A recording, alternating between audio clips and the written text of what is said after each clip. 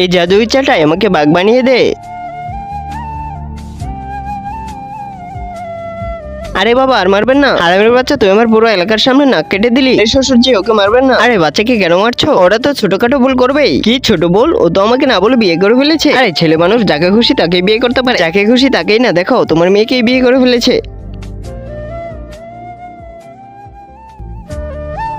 আরে তুই বিয়ে করার জন্য আমার মেয়েকে পেলি, মারো ওকে মারো। আরে ভাগ। আরে জাদুর চাটাই তুই আমাকে আবার মানুষ বানিয়ে দে। আবে এ তো মানুষ হয়ে গেল। আরে ভাই এটা তো অসাধারণ জিনিস, এটা দিয়ে তো যেটা খুশি সেটাই হতে পারবো। এখন তো জলদি করে এটা আমার সাথে নিয়ে যেতে হবে। হ্যাঁ আইডিয়া। এখন তো আমরা এই জাদুর চাটাইয়ের সাহায্যে ড্রাগন হয়ে তোর বাপ আর আমার বাপকে ভয় দেখাবো। তুমি এখানেই লুকিয়ে থাকো। আ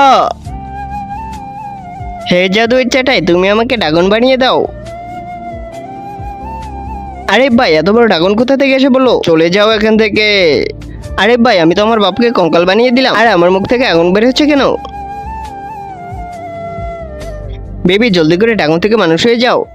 ঠিক আছে।